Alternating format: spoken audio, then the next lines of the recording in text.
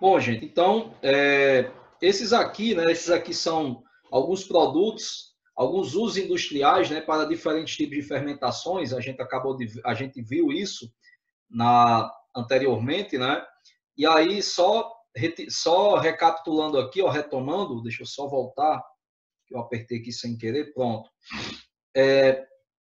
Produto final da fermentação alcoólica, né? Nós temos aqui um tipo de álcool, que é o etanol. Eu digo um tipo de álcool porque existem algumas fermentações que geram outros tipos de álcoois, né? Então, aqui você pode ter a levedura de cerveja, né? O Saccharomyces cerevisia, um fungo, né? Utilizando como substrato orgânico extrato de malte para produzir o etanol na fabricação da cerveja, né? Então, o etanol é o produto da fermentação que está presente aí nessa bebida alcoólica.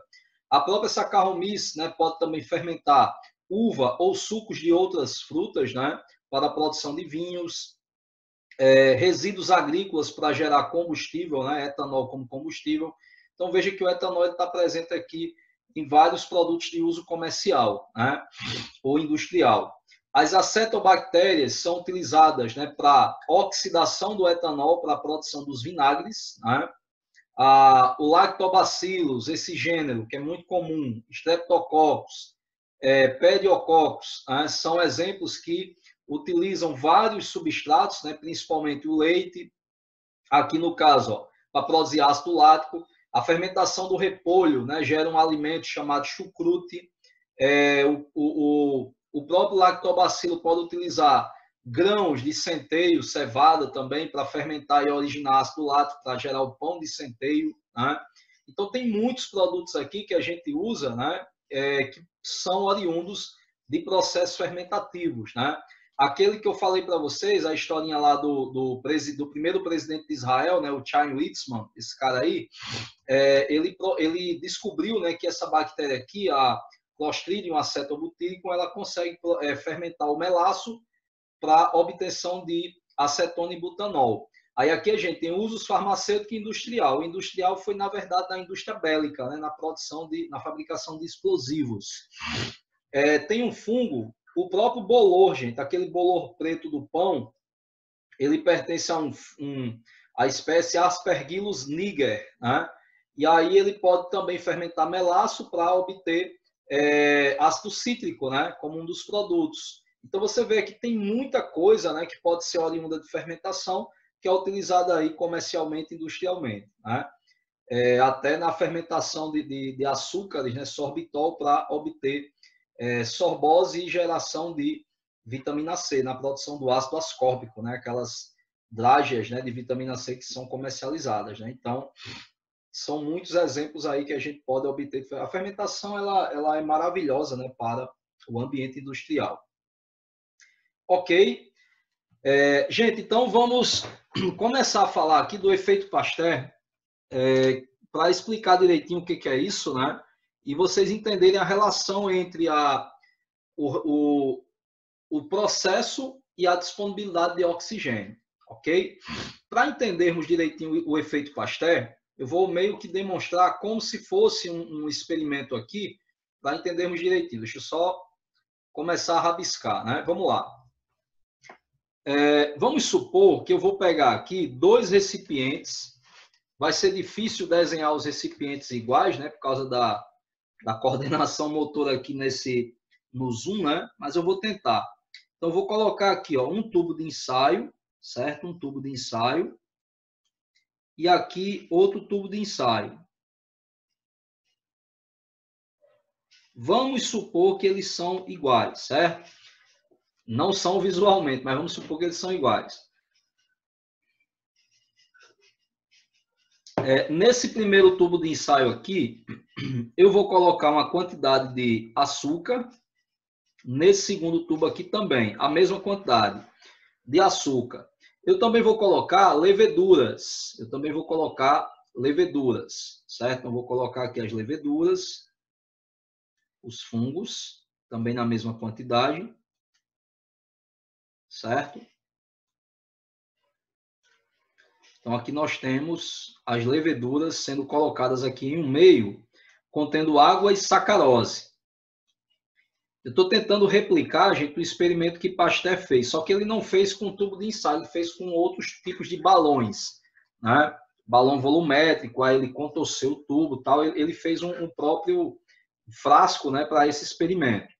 E aí, esse primeiro frasco aqui, gente, esse primeiro frasco, eu vou lacrar, certo? Eu vou fechar aqui esse primeiro frasco.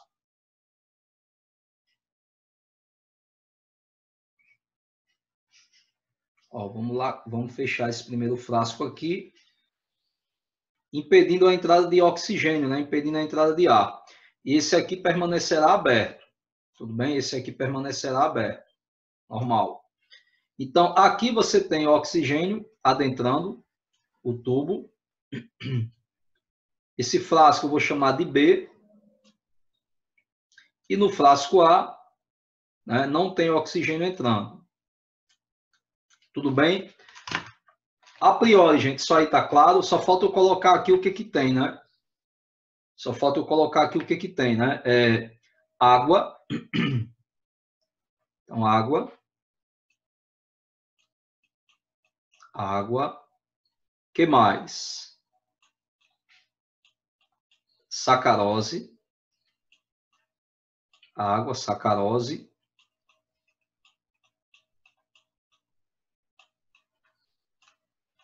Água, sacarose.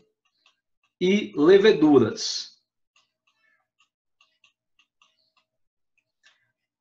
Isso é bem curioso, né? Porque depois que os caras descobriram que as leveduras, esses fungos, eles são capazes de modificar, né, de causar transformações nas matérias orgânicas, como por exemplo a sacarose, eles começaram a repensar, poxa, então pode ser que esses micro-organismos também causem alterações, transformações na nossa matéria orgânica. Aí surgiu uma teoria chamada teoria do germe da doença, né? Foi aí no final, na segunda metade do século XIX, que os pesquisadores começaram a pensar que micro-organismos poderiam ser causadores de doença. Por causa de leveduras, né? Experimentos com leveduras. Então, gente, nesse caso, vamos colocar aqui, né, um reloginho, certo?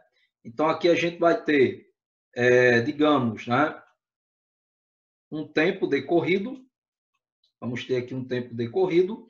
E depois desse tempo decorrido, igual, né, a única condição...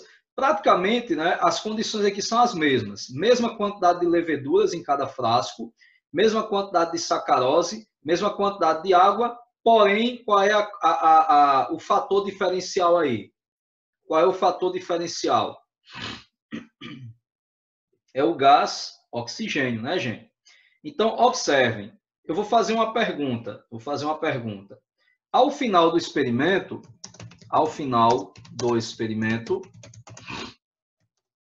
qual dos frascos apresentará a menor quantidade de sacarose? Qual dos dois frascos vai apresentar a menor quantidade de sacarose ao final do experimento? O A ou o B?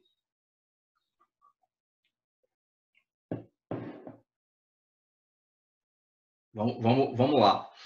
Pessoal, é o seguinte, essa pergunta ela é muito importante, porque ela meio que foi cobrada na prova do Enem, só que de uma forma um pouco diferente, certo? Eu vou explicar a vocês o que aconteceu. Eu vou abrir aqui um slide em branco. Deixa eu só apertar aqui para abrir esse slide em branco para vocês, porque aí fica mais tranquilo para a gente trabalhar, certo? Vou colocar aqui um slide em branco. Ok, vamos lá. Vou pegar esse slide em branco e vou mostrar uma coisa a vocês bem interessante. É uma análise bem massa que a gente vai fazer aqui, certo? Aí vai ficar mais claro. É o seguinte, é muito comum, só um instante, peraí. É muito comum, quando a gente compara, né, respiração celular aeróbica, vou colocar aqui, respiração celular aeróbica. Gente, isso aqui é muito massa, porque isso aqui é basicamente o paralelo entre fermentação que a gente acaba de ver e respiração celular aeróbica, que meio que a gente já começou a ver, porque a gente já viu a glicólise. A gente vai continuar no ciclo do ácido cítrico daqui a pouco, ciclo de Krebs. Então, respiração celular aeróbica,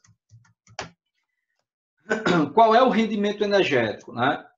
Então, o pessoal foca muito no rendimento energético e esquece muitas vezes de focar em outra coisa. Então, o rendimento energético da respiração aeróbica, rendimento energético por molécula de glicose, por uma molécula de glicose. Rendimento energético por molécula de glicose. Vamos lá. O rendimento energético por molécula de glicose é igual a 36 ou 38 ATP, certo? Considerando o cálculo antigo, viu, gente? Cálculo antigo. Vou botar até isso aqui, né, para a gente lembrar. Cálculo antigo. Beleza? 36 ou 38 ATP. Fermentação. Fermentação. Na fermentação, qual é o rendimento energético por uma molécula de glicose? Deixa eu ver se eu consigo fazer aqui. Na fermentação, o rendimento energético por uma molécula de glicose é 2 ATP. E assim, né? É muito comum o aluno ele comparar isso aqui, tanto na respiração aeróbica como na fermentação, rendimento energético. Só que tem uma coisa que muitas vezes o aluno esquece de comparar. E em 2015 o Enem bateu justamente nessa tecla, né? O Enem bateu justamente nessa tecla. Apesar de muito professor falar sobre isso, né? Às vezes o aluno ele só foca em quê? Rendimento energético. Sabe por quê, gente? Porque é uma cultura. É cultural as questões sobre metabolismo, quando trabalham rendimento, elas compararem rendimento energético da respiração aeróbica com a fermentação. Mas tem um fator que é comparado, mas não, muitas vezes as pessoas não dão a mínima, que é esse aqui, ó. Consumo de glicose. Eu vou até colocar um asterisco aqui. Consumo de substrato. Consumo de glicose. Consumo de glicose. Certo? Aí, nesse caso, dependendo do processo, tem um processo cujo consumo é maior e outro processo cujo consumo é menor. E foi justamente isso que eu perguntei a vocês há poucos instantes. Ao final do experimento, qual dos frascos apresentará a menor... No caso, como a fermentação produz pouco ATP, ele vai consumir mais glicose, né, para compensar? Perfeitamente. Então, é um processo matemático, basicamente, né? É justamente uma proporção, exatamente isso. No caso, o que vai acontecer, né? A fermentação, ela produz pouco ATP, e aí, para produzir muito ATP, ela vai ter que consumir mais glicose. Para, pelo menos, tentar se equiparar à respiração. Eu digo isso, mas não é que a bactéria diz, pô, o fungo diz, né? O fungo diz, o fungo do outro frasco está recebendo oxigênio, está produzindo muito ATP. Eu vou me igualar. Não é uma competição, é só uma questão de proporcionalidade mesmo. A gente está tentando mostrar aqui. Aí, nesse caso, exatamente, você tem, por exemplo, deixa eu mostrar, né? Está aqui, ó, fermentação, rendimento energético e o consumo de glicose da fermentação. Como é que fica, né? Fica maior ou menor? É isso que a gente vai discutir agora. Então, vejamos. Pessoal, no momento, imagina aí que você tem uma molécula de glicose. Vou rabiscar aqui, ó. Uma glicose no cantinho. Pela respiração aeróbica, com uma glicose, com uma molécula de glicose, a célula, a levedura, por exemplo, ela produz 36 ou 38 ATP. Vou botar 38 aqui, né? No melhor dos cenários, né? 38 ATP. Certo? Já na fermentação, com uma glicose, a levedura produz o quê? Produz 2 ATP. Gente, para que essa levedura ela produza pelo menos 4 ATP, que ainda é muito menor o rendimento do que 38, ela já vai ter consumido o quê? 2 glicoses. Com 2 glicoses, ela produz, por exemplo, 4 ATP. Olha que rendimento energético baixo, né? Ou seja, basicamente, para imagina aí a quantidade, né? Ela vai ter que praticamente queimar, oxidar. Na fermentação, uma levedura vai ter que oxidar aí, basicamente 19, né? 19, é isso? 19 moléculas de glicose para poder produzir 38 ATP. Ou seja, para uma levedura produzir a quantidade de ATP por molécula de glicose gerada na respiração aeróbica, pela fermentação, ela vai ter que consumir 19 moléculas de glicose. Então, isso quer dizer, gente, que apesar de o rendimento energético ser menor na fermentação, o consumo de glicose ele é o quê? O consumo de glicose ele é maior, certo? Ele é maior na fermentação. Na respiração aeróbica, o consumo de glicose ele é menor. Eu costumo dizer que a célula fazer uma respiração aeróbica é basicamente o quê, gente? Tirar leite de pedra. O que significa esse ditado, tirar leite de pedra? Significa fazer muito com pouco. Fazer muito com pouco, né? Então, você produz aí quase 40 ATP, né? 38, com uma glicose. É fazer muito com pouco. O rendimento energético é altíssimo, mas o consumo de glicose é menor. E é um processo altamente rentável, né? A respiração aeróbica, porque com pequena quantidade de substrato, com o menor consumo de glicose, que é o substrato orgânico, eu tenho um rendimento energético elevadíssimo. A fermentação não, né, gente? Na fermentação eu tenho um rendimento energético baixo e consumo muito substrato, muita glicose. Tudo bem? Então, qual é o fator que vai fazer com que eu consuma mais ou menos glicose? Qual é o fator? Considerando respiração aeróbica e fermentação. Perfeito, exatamente. O gás oxigênio é o fator que vai induzir, né, esse maior ou menor consumo de oxigênio, de glicose, desculpem, de glicose. Ou seja, aqui nesse meio, o oxigênio está entrando tranquilamente. No frasco B, à medida que o oxigênio adentra, né, o frasco, as leveduras começam a fazer o quê, gente? Respiração celular aeróbica. O que vai acontecer? Haverá muita produção de ATP com pequeno consumo de glicose, de sacarose, né?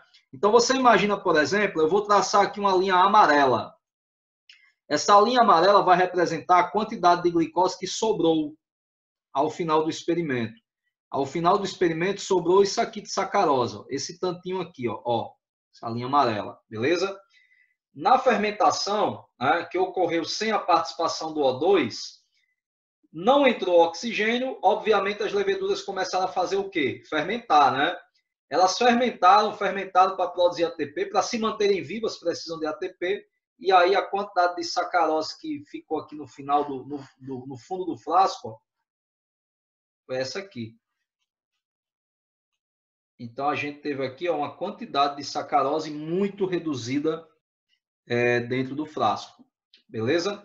Então, onde houve um consumo maior? No frasco A. No frasco A, tivemos um consumo maior de sacarose do que no frasco B. No frasco B, sobrou muita sacarose, porque com pouca sacarose e tendo oxigênio disponível, a levedura conseguiu realizar um processo aeróbico, cujo rendimento energético é maior e consumo de glicose é menor. Tudo bem, gente? Compreendemos isso aí, tranquilo? Beleza. Se quiser printar, tudo bem, né? Porque eu vou apagar isso aqui para a gente voltar ao slide, né, do efeito Pasteur. Isso aí ficou conhecido como efeito Pasteur, né? É o efeito... Show de bola, Juliana já escreveu aqui, né? Vanessa também, né? Estão ligadas aí. Gente, ó, o efeito Pasteur é o efeito do oxigênio gasoso sobre o processo de fermentação, de respiração. Eu não posso dizer, né, que o efeito Pasteur é o efeito do oxigênio sobre a respiração aeróbica ou sobre a fermentação, sobre o processo.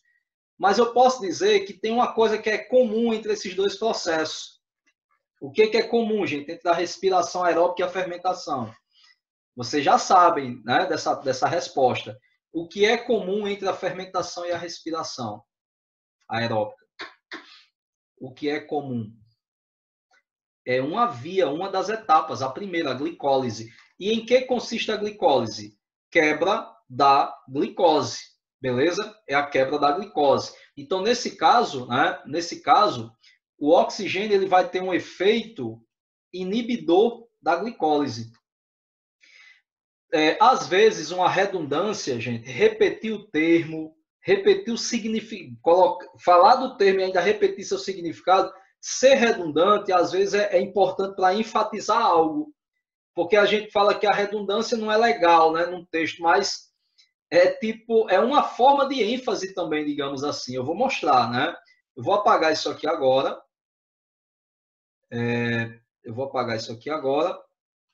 E a gente vai voltar aqui, ó. Pronto. Havendo oxigênio gasoso, será consumida uma menor quantidade de glicose. A presença do oxigênio molecular, ou seja, do O2, provoca uma redução da glicólise anaeróbia. Esse efeito inibidor exercido pelo oxigênio gasoso é denominado efeito Pasteur. Pessoal, a glicólise, ela acontece sem a participação do oxigênio, certo? Então, naturalmente, a glicólise já é uma via metabólica, não é um processo, é uma via. É uma via metabólica anaeróbia, certo? Anaeróbia. Só que assim, se eu coloco, como a glicólise ocorre no citosol e o oxigênio também passa pelo citosol, né?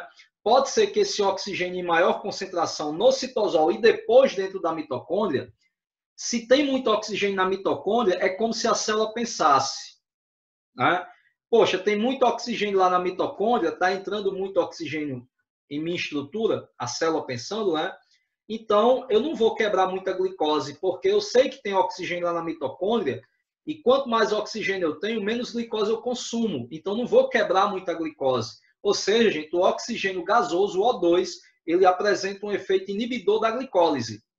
Só que aqui eu fiz questão de enfatizar da glicólise anaeróbia. A glicólise per si já é anaeróbia, certo? Mas aí eu fiz questão de comentar, por quê? Porque só para dar ênfase, né? Glicólise anaeróbia. Se a glicólise já é um processo anaeróbio, olha a lógica.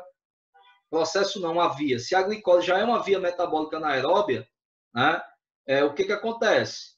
Se a glicólise já é uma via metabólica anaeróbia, se entra oxigênio gasoso, ela será inibida. Então, isso aí é o que nós chamamos de efeito Pasteur, o efeito inibidor do gás oxigênio na glicólise. Quanto mais oxigênio, menos atividade glicolítica, menos glicose eu quebro. Tudo bem? Então, menos glicose eu consumo, quanto mais oxigênio eu tenho. Isso é o que nós chamamos de efeito Pasteur. E aí, gente, o Enem ele cobrou isso, né? Em 2015, né, houve uma questão, essa aí, ó, que eu achei muito interessante, né? Vamos começar a comentar essa questão aqui para entender direitinho. Vamos ler. Normalmente, as células do organismo humano realizam a respiração aeróbica, na qual o consumo de uma molécula de glicose gera 38 moléculas de ATP. Vejam bem, ó, até o próprio Enem, ele está considerando o quê, gente? Rendimento no cálculo antigo, né? 38 ATP, e não 32, por exemplo, como no cálculo atual. Contudo, em condições anaeróbicas, o consumo de uma molécula de glicose pelas células é capaz de gerar apenas 2 moléculas de ATP. Então, veja que ele já deu rendimento. Se ele deu rendimento no enunciado da questão, ele não vai cobrar rendimento, ele vai cobrar o quê? Consumo de glicose, que ele falou também aqui, ó.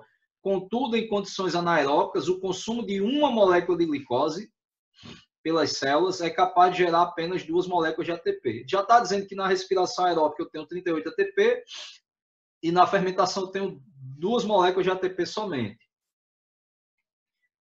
Aí, observe, aqui você tem um gráfico e o restante do enunciado com o comando da questão, né? Qual curva representa o perfil de consumo de glicose? Então, veja bem, ó, o que ele está pedindo aí? Consumo de glicose. Coisa que nunca foi pedida antes, né, no Enem, ele pediu. Ele geralmente a gente foca muito em rendimento e esquece consumo, né? Ainda bem, gente, não é me gabando não, mas isso aí eu sempre, quando eu trabalho em metabolismo, eu dou tanto rendimento quanto consumo de glicose. Esse slide é super antigo aí, ele já trazia isso antes. Depois eu acrescentei essa questão em 2015, né? Para dizer, olha aí, gente, a gente sempre trabalha isso. Eu já tinha isso aqui no slide, né? Essa informação aqui, ó, efeito Pasteur, isso aqui já está no slide há anos, né? Mas aí eu só fiz acrescentar essa questão de 2015, que eu achei muito massa eles terem cobrado isso, né? E aí vamos lá, ó. Qual curva representa o perfil de consumo de glicose para a manutenção da homeostase de uma célula que inicialmente está em uma condição anaeróbica? Então, ó, inicialmente, condição anaeróbica. Opa, olha o erro que eu ia cometer, eu já ia para outro eixo, né? Eu já ia a outro eixo. O eixo horizontal fala sobre concentração de oxigênio. Então, eu tenho uma condição aqui, gente, praticamente anaeróbica, na origem aí, né? Praticamente muito pouco oxigênio disponível. Seguindo aqui para a direita, o que vai acontecer? Eu vou aumentar as concentrações de oxigênio. Opa, se eu estou aumentando as concentrações de oxigênio, eu estou partindo de uma situação, de uma condição anaeróbica para uma condição aeróbica, certo? Então, gente, antes de ler o restante do gráfico, eu vou perguntar se a célula está partindo de uma condição anaeróbica para uma condição aeróbica. Me fale sobre o consumo de glicose. Diminui. Diminui. Perfeito, né? Porque o oxigênio estando em maior concentração, ele vai diminuir a quebra da glicose. Então, se você já sacasse isso, você já encontraria a resposta, porque tem um monte de distratores aí, essas curvas, né? Ó. Aí ele pergunta, qual curva representa o perfil do consumo de glicose? Perfeito, perfeito. Isso mesmo, Vanessa. Curva 5, né? Direto. Eu estou mostrando como é que a gente faria o processo se você já lesse o gráfico, né? Concentração de oxigênio. Eu estou partindo de uma condição anaeróbica, a célula está ganhando, absorvendo oxigênio, aumentando a concentração, então ela vai para a condição aeróbica. Então, o consumo de glicose vai diminuir. Então, ó, o consumo de glicose está aqui, ó, no eixo vertical. O consumo de glicose, se ele vai diminuir, a única curva aqui, ó, as únicas curvas que eu tenho diminuição são as curvas 3, 4 e 5. Só que na curva 3 eu tenho o quê? Tipo um solenoide, né, gente? Eu tenho um aumento do consumo. Eu consumo muita glicose, chega num ponto, na concentração 14, por exemplo, eu consumi muita glicose. Aí olha que louco, quando chego na concentração 21, que é mais oxigênio, aí eu estou consumindo pouca glicose. Faz sentido essa descida aqui. Mas o que não faz sentido é eu chegar em 28 e aumentar o consumo. Isso aqui, gente, esse trechinho aqui, ó, não faz o menor sentido. Tudo bem? Não faz o menor sentido. Eu partir de 14 para 21, concentração de oxigênio, e aumentar o consumo de glicose. Isso não faz sentido. Então, não pode ser a curva 3. E aí, a curva 4, você percebe que às vezes eles colocam só para encher linguiça, né? Para encher linguiça e encher a cabeça do aluno de caraminhola, né? O aluno fica, pô, e agora? Será que é esse padrão, né? E está muito parecido 3 com 4. Meu Deus, qual dessas duas curvas, né? Qual delas vai ser a curva certa? Nenhuma, né, gente? Então, olha aqui, ó, outro padrão. Ó. 14, tá aqui, consumo alto. Aumentou a concentração para 21, desceu, faz sentido. Agora, de 21 para 28, ó, não faz o menor sentido eu aumentar o consumo de glicose nessa linhazinha pontilhada. Então, ó, é lixo, né? Essas curvas aí é lixo. Você vai ter que descartar isso aí. Beleza? Agora, curva 1, nada a ver, né, gente? A curva 1 ela não responde à concentração de oxigênio. À medida que eu aumento, ela permanece constante. Não tá legal isso aí, né? Porque a gente sabe que o consumo de glicose não pode permanecer constante à medida que a gente aumenta a disponibilidade de O2, certo? Não pode ser a curva 1. A 2 é exatamente o inverso. Deixa eu dizer para vocês, essa questão aí foi uma das mais difíceis do ano de 2015, viu? Da prova de biologia. É uma questão de análise de gráfico, mas o gráfico em si, ele traz muita informação contrastante, né? E muita informação que pode induzir o aluno a errar. Então, ó, a curva 2, ela sobe. Você tem aumento de oxigênio e aumento do consumo de glicose. Nada a ver, né, gente? Porque, em verdade, o aumento do gás oxigênio disponível diminui o consumo de glicose. É porque o pessoal focou muito em rendimento. E o cara que elaborou a questão está de parabéns, porque ele quis se a proposta dele foi dificultar, ele conseguiu, porque ele colocou uma coisa que todo mundo cobra, que é rendimento energético, e pediu outra, que é consumo de glicose, efeito Pasteur. Só não tinha um nome no enunciado do efeito, o efeito Pasteur. Mas eu sempre dou essa aula falando sobre ele, o efeito Pasteur. Então, ó, nesse caso, ó, curva 5. Em condição anaeróbica, no início aqui, concentração 7, o consumo de glicose está elevadíssimo, muita glicose consumida, ó, 40. Quando eu chego em 14, eu já declino, vou diminuindo aqui, ó, né, tem uma diminuição. Em 21 diminui e assim por diante. Eu vou só diminuindo o consumo de glicose. Ao final do processo, eu vou consumir pouca glicose, né, mediante a presença de grande quantidade de oxigênio. Isso aí é característica de uma célula que parte de uma condição anaeróbica para uma condição aeróbica. Portanto, resposta correta aí, curva 5, letra E. Tudo bem? Ficou claro, gente, o que é o efeito Pasteur? É o efeito inibidor do gás oxigênio sobre a glicólise anaeróbica, digamos assim. Ok? Vou apagar isso aqui para a gente continuar.